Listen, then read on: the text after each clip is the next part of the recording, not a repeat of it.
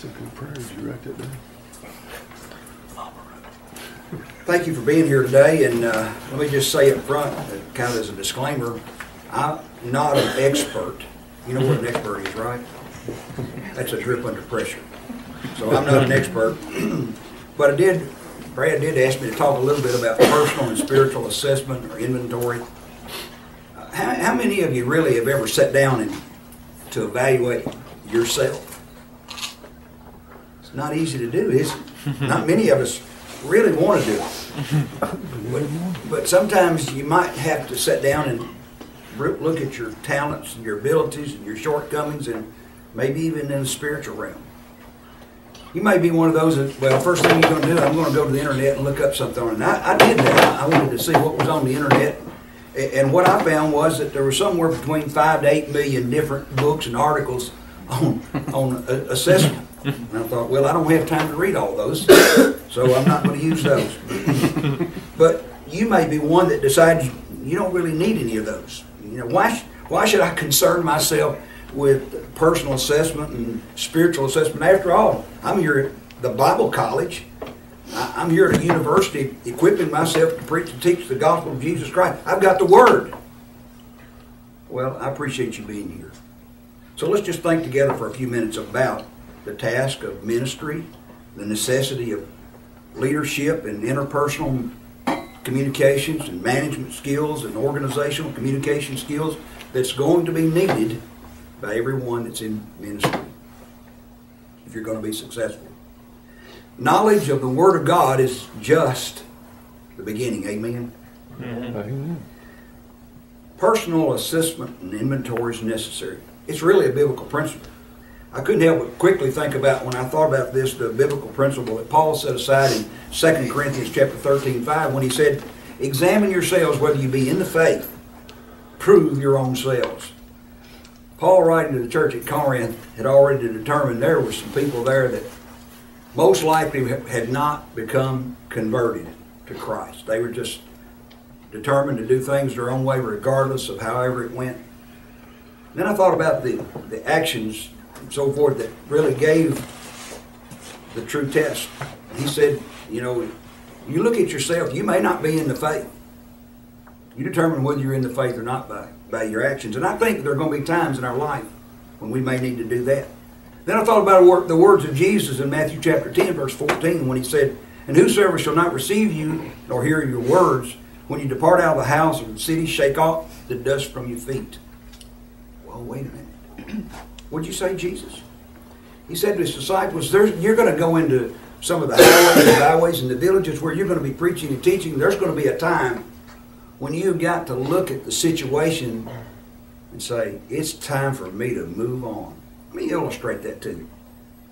You're going to go out into ministry, and you're going to be in a congregation, and whether you're a youth minister or a pulpit minister or some other type of ministry position, and you're going to be out visiting and encouraging people. And my wife and I have been in a 7.5-year ministry where we've been rebuilding a congregation.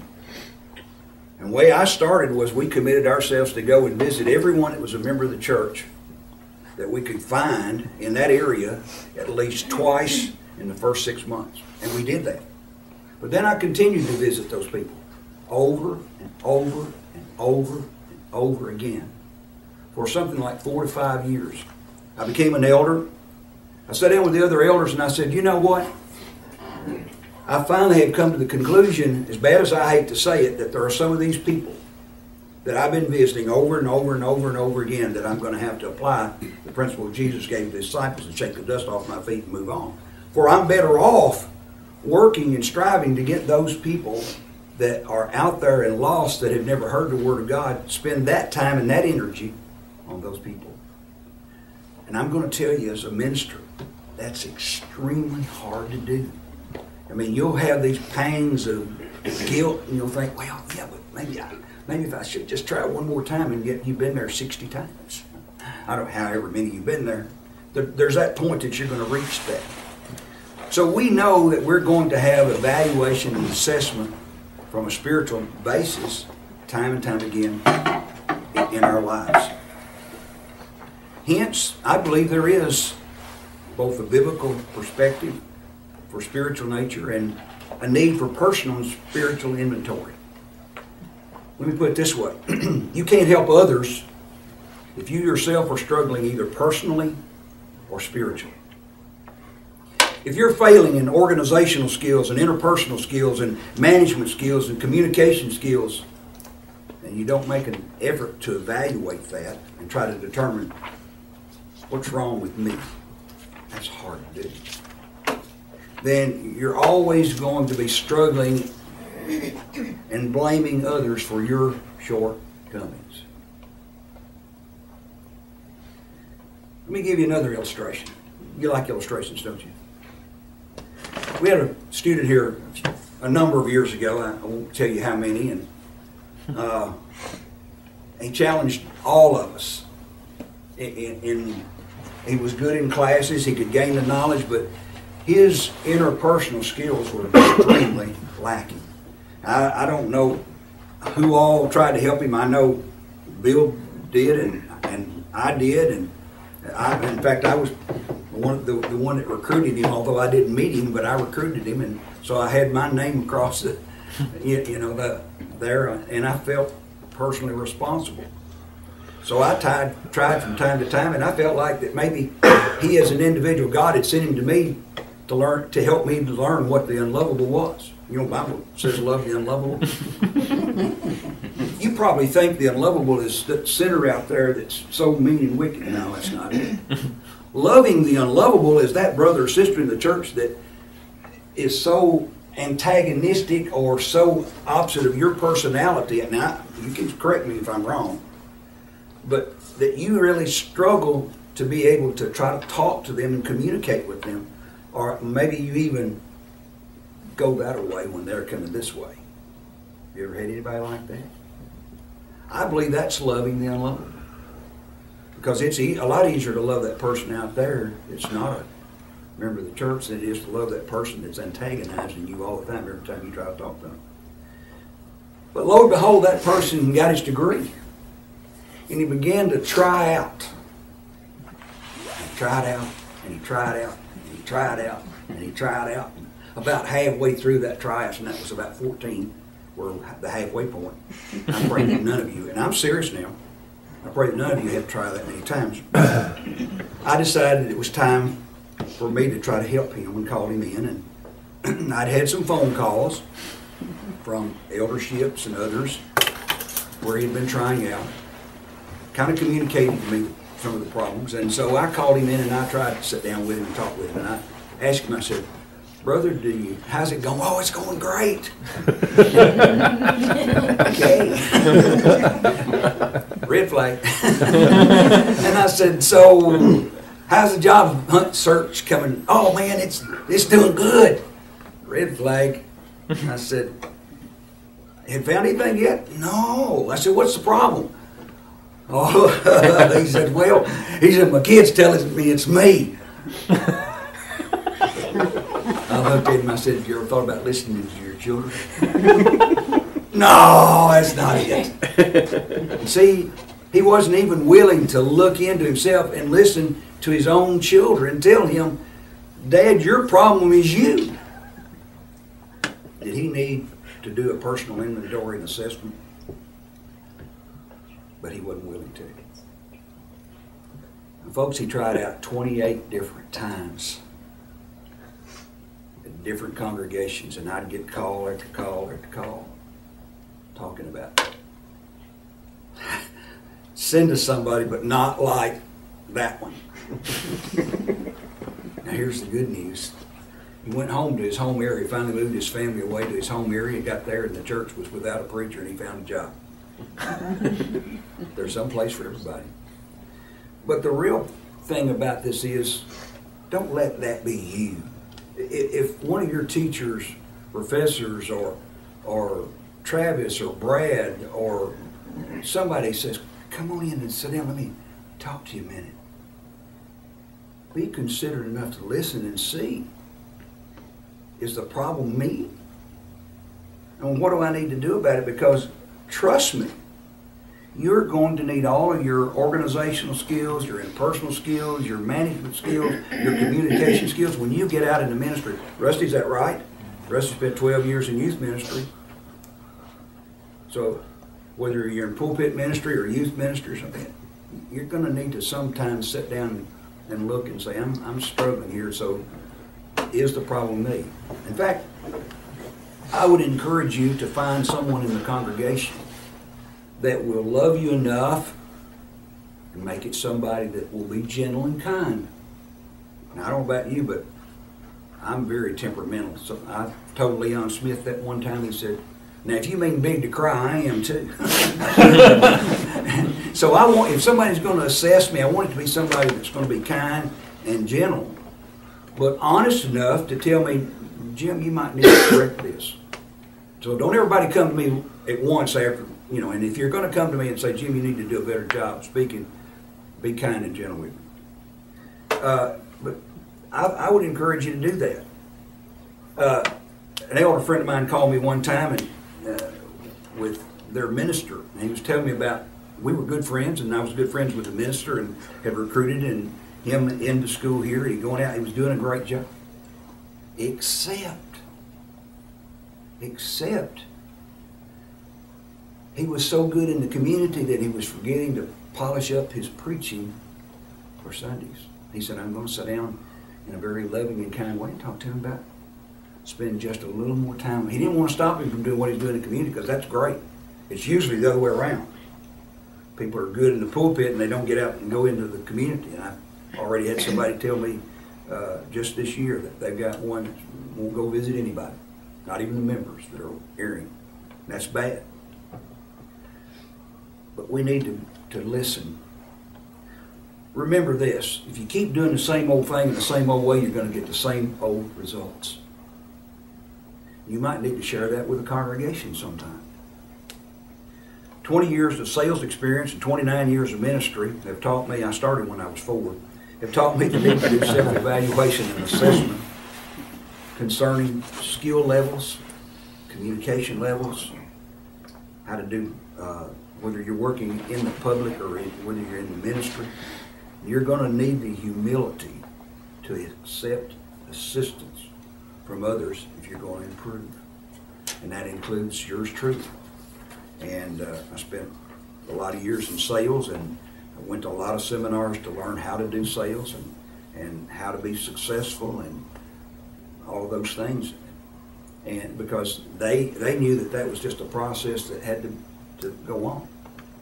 And I could spot a person that was going to be, I spent the last 13 years in the insurance business, and I could almost spot a guy in the first 4 or 5 weeks whether or not that person was going to make it. In fact, 1 in 10 that were brought into the business would make it. And it was those that would take what we were teaching them and use it that would be successful. If they tried to do it on their own, then they were going to fail. I would tell them, as I would start them in their training process, I always spent the first week with those that were on my staff, and I'd say, you do it the way I tell you to do it, and when you get a better way, then you teach me the better way. Otherwise, I know that this way is successful because I've been doing this for a long time. Same is true here with your teachers. And so you need to listen, take it in, and process it, and be respectful because they've been where you're headed. And not only that, but they've got a lot of years of training to equip them to be here.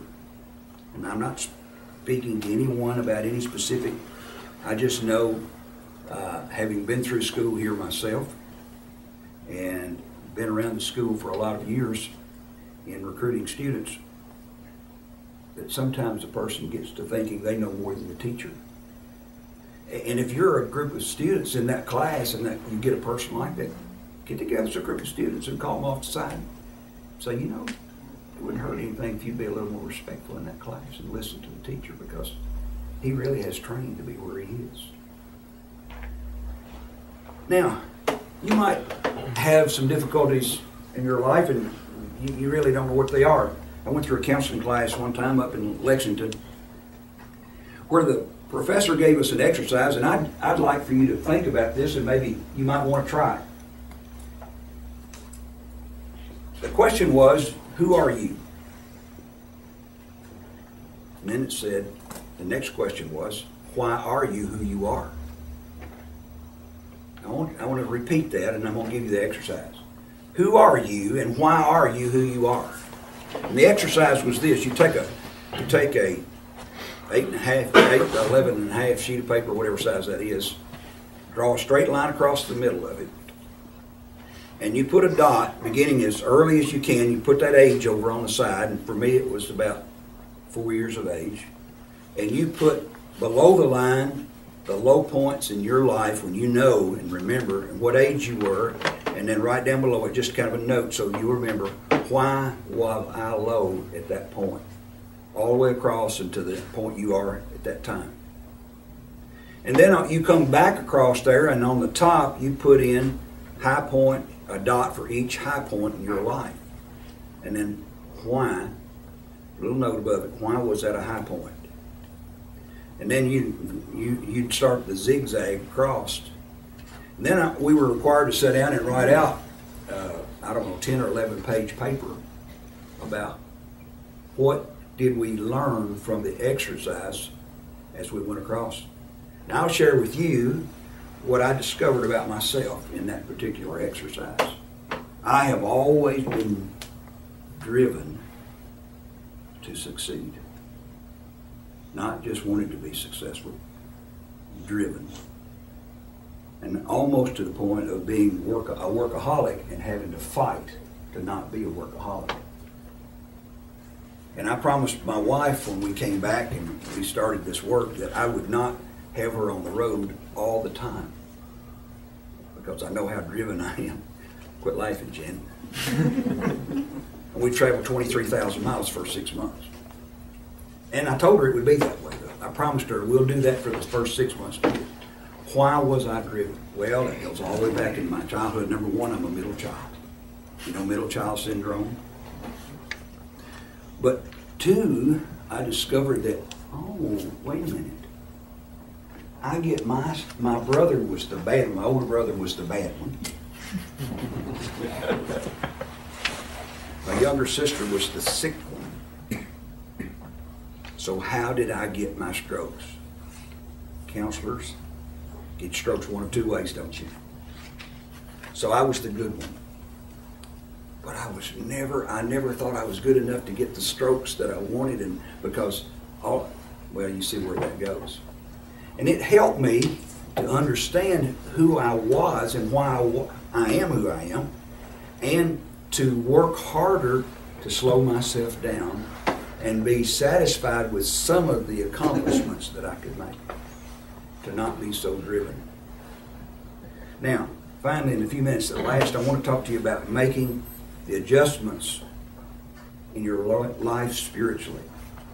Chances are, as you go off into ministry and you're there a while, you're going to discover there'll be people there in that ministry that won't like you. In fact, I think the statistics that I was given while I was in school, that no matter what you do, there's 10% of the congregation that's not going to like you no matter what. You'll never be able to get them to like you. So you got to adjust yourself mentally to that. Remember I said that.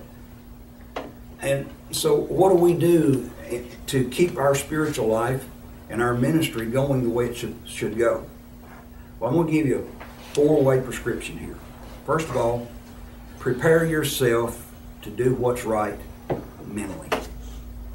Paul wrote in Romans 12:1 and 2, I beseech you therefore, brethren, by the mercies of God, that you present your bodies a living sacrifice, holy, acceptable unto God, which is your, watch it, reasonable service. And be not conformed to this world, but be ye transformed. How, Paul? By the renewing of your mind, that you may prove what is that good and acceptable and perfect will of God. And then he said in Colossians 3:1 and 2, set your mind on things above. So you need to prepare yourself mentally to do right, regardless of what everybody else does. Now, what I mean by that is when you have a brother or sister out there in the congregation that's mistreating you, you do what's right. What would Christ do in a situation like that? He's going to keep doing what's right. He's going to continue to be kind and and be careful and gentle and loving with that individual regardless of how they treat you. Secondly, prepare yourself with the knowledge to know what is right. And you're here to learn the Bible. But you're not just here to learn the Bible, you're here to learn the Bible and how to make application, and you need to begin first in your life. And I know that you're soaking it up and you're thinking, oh man, I can preach this to the brethren, I'll get the brethren, I'll do this with the brethren, I'll do that with them. But apply it to yourself first. And when you're getting ready to preach, practice your lessons. I still practice my lessons before I get up to preach. Because I want to see how they sound to me. I mean, I practice them out loud. I'd encourage you to do that. Get in front of a mirror. Because I want to see how they sound. And I've many times gone back and redone the lesson because I thought that's too mean, that's too harsh. But at the same time, you want to be honest, but gentle and kind, because you're trying to move. Brother David Underwood, you won't know David probably, but David taught us in one of the classes I was in. You're going to a congregation that's not where they need to be. Your job as a minister or minister family is to lead them from where they are and take them to where they need to be. And you can't do that if you're just beating them up all the time. You can't do that if you're too kind and gentle and never being a little bit honest with them and harsh with them. And so, it takes a lot of courage. But study to show yourself approved unto God. Thirdly, prepare yourself through humble prayer to be right and stay right as God would have you to be. I like the words of Paul in Philippians 4, 6, and 7 when he says, be anxious for nothing, but in everything, with prayer and supplication, with thanksgiving, let your requests be made known to God. Watch this. I want you to wait for it. Because here's the real clue in that. And the peace of God, which surpasses all understanding, will guard your hearts and minds through Christ Jesus. People are spending millions of dollars each year to find, guess what? Peace. And you can't help them find peace if you don't have it. And my drivenness for years did not allow me to find peace. It's taken tragedy and heartache and pain to help me to find that peace. But when you go to God in humble prayer and say, God, you help me find that peace. Now be careful, because He will. Sometimes it won't be the way you want. But you need to know it because you need to be able to share it with others and lead people to find that peace that's found in God through Christ Jesus. And a relationship and having the right, continuing to have that right relationship. In the fourth place, prepare yourself to trust the Creator who knows what is right for you and for me. It's one thing to preach it, but brethren, it's another thing to truly trust it. Paul said in Philippians 4:13, I can do all things through Christ who strengthens me. Your strength is going to come from God. It needs to come from God. You need to trust God.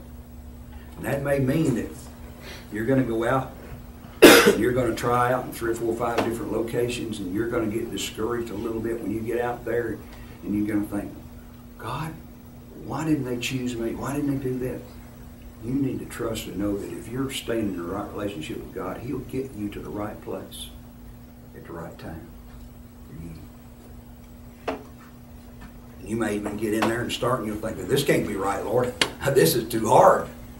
You hang in there with them. Paul told Timothy, but keep your head in all situations, endure the hardships, do the work of the evangelist, discharge all the duties of your ministry. 2 Timothy 4 and 5.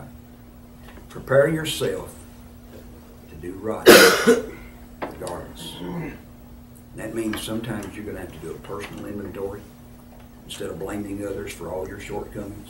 It means from time to time you're going to need to do a spiritual inventory. Why am I so low? What's happened to my relationship with God? Why am I in this valley? It may be because you move, because God doesn't move. Thank you. Amen.